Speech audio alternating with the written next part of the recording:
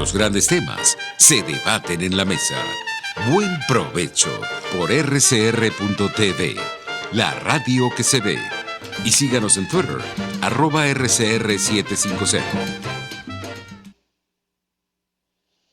Muy bien, volvemos a nuestro segundo segmento de Monitor de Derechos Humanos. Recuerdo nuestro correo electrónico fmfmonitordh@gmail.com. Bueno, estábamos hablando del genocidio armenio no reconocido. Sin embargo, una importantísima opinión dada por Arnold Toynbee, yo creo que es bien interesante destacarla, ¿no?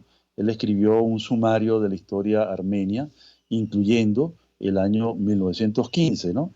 Donde él decía que en esa obra que los refugiados vieron morir a sus mujeres y niños en los caminos. Estamos hablando de un desierto larguísimo de cientos de kilómetros, donde durante el día se produce un gran calor y durante la noche un frío intenso, ¿no?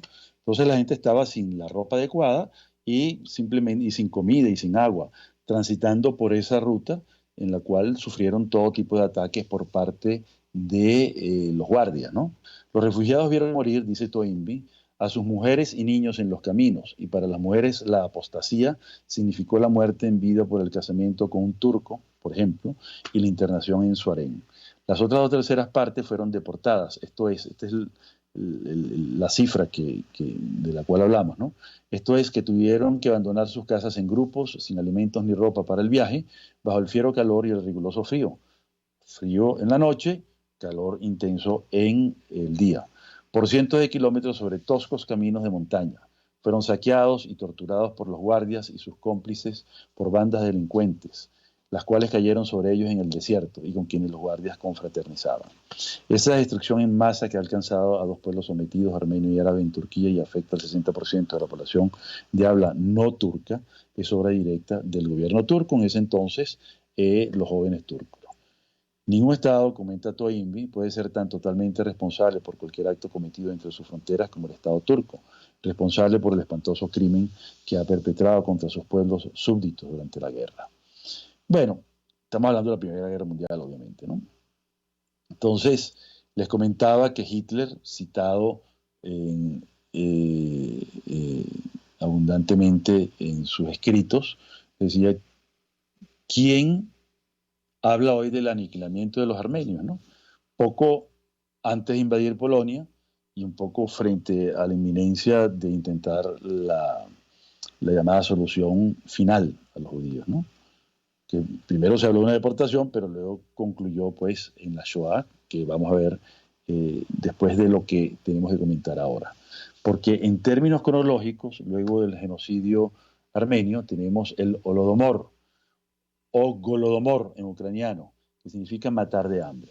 Estamos hablando de Mority, estamos hablando de Olot. Se traduce como inducir sufrimiento a través del hambre, significa matar. El término fue utilizado por primera vez por el escritor Oleg Samusienko en un reportaje, ¿no? Y ya ha tomado, digamos, camino ese término, y cuando se habla de Holodomor, ya uno se refiere a lo que ocurrió en los años 32 al 33. Me refiero prácticamente a la entrada de la temporada de otoño y luego el invierno, que son las temporadas de mayor frío en esa zona donde nieva y por supuesto se generan condiciones idóneas para que ocurran estas matanzas, ¿no? Entonces, ya desde el año 28, Stalin, estamos hablando de un país que estuvo dominado por la Unión Soviética, ya en el año 28 Stalin había decretado que había que aniquilar a los kulaks. ¿Quiénes son los kulaks? ¿O quiénes eran los kulaks? Eran los campesinos ricos que mantenían una especie de sistema semifeudal, donde tenían subordinados a los campesinos pobres, y bueno, había un sometimiento, no era algo deseable, pero por lo menos tenían comida, tenían cobija, tenían cobijo y podían mantenerse. Lo que pasa es que cuando ocurre ya la amenaza, y que se hace realidad la amenaza de Stalin de aniquilar a los kulaks, entonces murieron todos, los ricos y los pobres, ¿no? Se calcula una cantidad aproximada entre 7 a 10 millones de personas. que además morían no solamente de hambre, sino de cualquier enfermedad que pudiera ser contagiosa, porque no había ningún tipo de tratamiento ni de disponibilidad de recursos médicos, medicamentos tampoco, ¿no? Entonces, esta zona básicamente ucraniana incluye la cuenca rusa del río Volga, Bielorrusia, Ciscaucasia y Kazajstán. Estamos hablando de una zona bastante grande. Fue donde murió esta gente, ¿no? Se calcula que había un promedio de 25.000 muertes diarias. En este terrible acontecimiento, bueno, tuvo que ver con la aplicación de una política de exterminio lograda gracias a la imposición de una política de confiscación del trigo y de todos los componentes necesarios para cultivar el trigo, decretada por Stalin mediante la llamada Ley sobre el robo y dilapidación de la propiedad social. Es decir, prácticamente la aplicación de la técnica y del propósito comunista de la colectivización. Esa ley se le llamó la ley de las 5 espigas, porque no se le permitía a nadie que no fuera comunista, que estuviera segmentado, pues, y determinado ya como perteneciente al Partido Comunista Soviético, que tomara más allá de 5 espigas, porque era considerado, pues, un contrarrevolucionario y un ladrón, y la consecuencia era, pues, la separación, la discriminación total e inclusive la deportación, en algunos casos hasta el fusilamiento. Las penas eran de hasta 10 años de condena en campos de trabajo forzados, como esclavos. Esos son los gulags. Fíjense que una cosa es kulak, con K al principio y K al final, y otra cosa es gulag, con G al principio y G al final. Gulag eran los campos de trabajo forzado, que fueron copiados luego por Hitler, para que vean un poco la importancia y los antecedentes de estas cosas, ¿no? Entonces, en este proceso de colectivización se produce porque estos kulaks o campesinos ricos, que es lo que tiene una pequeña finca de unas 18 hectáreas aproximadamente, ¿no? Algo pequeño en realidad, si se ponen a ver, dada la extensión de esa vasta superficie, ¿no? Y se calcula que había una especie de 10 millones de kulaks, para que veamos, pues, ¿no? Pero los kulaks entre los campesinos pobres y los ricos, ¿no? Entonces se les quería obligar a cambiar el sistema de cultivo y tenían que involucrarse en el sistema de colectivización, que eran los volhos, ¿ok? Entonces, bueno, este genocidio no ha sido reconocido por Rusia, mucho menos por la ex Unión Soviética.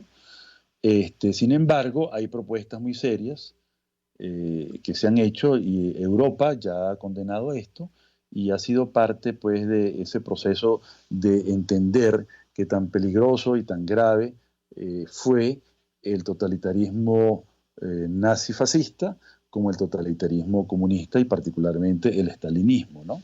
Que terminaron en tragedias. Inclusive las muertes ocasionadas por Stalin fueron mucho más que las ocasionadas a civiles por el Tercer Reich.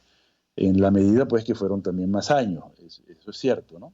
Quizás no hubo la misma crueldad ni el mismo aparato de Estado considerado como un ataque industrializado, sistemático, que hicieron los nazis en comparación con los comunistas, pero sí, dejar morir a una persona de hambre o dejarla morir o hacerla morir por exceso de trabajo también es una forma muy cruel de practicar una política de un Estado, ¿no? Entonces, ese tema del genocidio ucraniano es sumamente importante y, como ya hemos visto, se le llama Holodomor. Bueno, cronológicamente el tercer gran genocidio del siglo XX es la Shoah, ¿ok? Que también se le llama Holocausto judío. Etimológicamente, holocausto significa todo quemado o incendio total. Deriva del griego holocautoma, ¿ok? Una palabra compuesta de todo y acción de quemar, quemarlo todo, pues, ¿no? Por eso no es totalmente preciso y además tiene que ver más con los sacrificios religiosos que tienen que ver con ritos.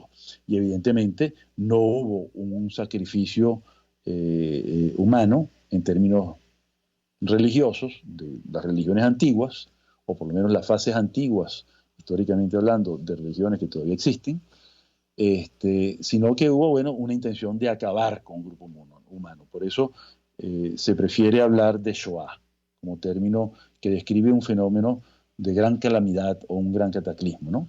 Que no tiene un calificativo valorativo ni explicativo, es simplemente un gran desastre. La palabra hebrea le proporciona un sentido de lo que le ha sucedido a los judíos, el único pueblo designado para ser destruido en su totalidad en Europa por el nazismo. Estamos hablando de una población de cerca de 11 millones de personas, de la cual los judíos tuvieron el desastroso mérito, el terrible, el trágico mérito de haber fulminado, de haber liquidado a 6 millones, prácticamente más del 50%. ¿Ok? Entonces es un cataclismo destructivo. ¿Ok? Entonces, bueno, este tema ya tuvo unos antecedentes muy claros en libros, por ejemplo, el libro Mi Lucha y los estatutos del Partido Nacional Socialista Alemán, aunque no hablaban propiamente de conducirlos a la muerte, sí sentaban las bases de que eso tendría que ocurrir. Por ejemplo, en los estatutos del partido nazi les negaban la nacionalidad a los judíos porque no los consideraban ciudadanos, consideraban una nacionalidad totalmente distinta en razón de su religión, ¿no? Y eran no ciudadanos y en consecuencia no podían vivir en Alemania más que como huéspedes y debían limitarse a la jurisdicción sobre extranjeros, pues debían ser segregados. Aparte de eso, bueno, en los años previos a la Shoah fueron discriminados en los trabajos, no podían ejercer ciertas profesiones como la abogacía, por ejemplo, como la medicina, el profesorado, y fueron expulsados, así de simple, de sus trabajos de la forma más ruda que uno puede imaginar. Y luego de eso, bueno, el intento de deportarlos, y por supuesto, como nos hizo la deportación hacia una población remota, se hablaba tanto de Madagascar como de Palestina, entonces, bueno, empezó la guerra mundial, no tuvieron los recursos, no quisieron hacerlo, y se dedicaron pues a matar a la gente. Se calcula que la población total de muertos en este holocausto, además de los judíos, estamos hablando ya de unos 20 millones de víctimas, ¿verdad? En el número enorme de centros de concentración, se calcula que había más de 40.000 centros de concentración. Uno conoce los más grandes, los más importantes, los industrializados, como por ejemplo Auschwitz, Belzec, Sobibor, Mauthausen, Dachau. Entonces, había unos 30.000 dentro de esos 40 y tantos mil, 30.000 campos de trabajo forzado, 1.150 guetos, 980 campos de concentración y así sucesivamente, ¿no? Entonces, ese enclaustramiento, ese encierro, hizo posible que hubieran tantas y tantas personas de manera tan cruel y terrible. No solamente murieron judíos, murieron polacos, murieron rusos, murieron norteamericanos, murieron católicos, murieron protestantes, murieron homosexuales, personas con retardo mental, todo discapacitado físico también, eran seleccionados y se les consideraban que no eran dignos de vivir. Bueno, vamos a dejarlo en este momento, el segmento hasta acá, y continuamos en el próximo para culminar nuestro trabajo y poder explicar estos grandes acontecimientos. Muchas gracias. Usted escucha Buen Provecho por rcr.tv, la radio que se ve. Puedes seguirnos en nuestras redes sociales. En Twitter, @RCR750, la radio que se ve.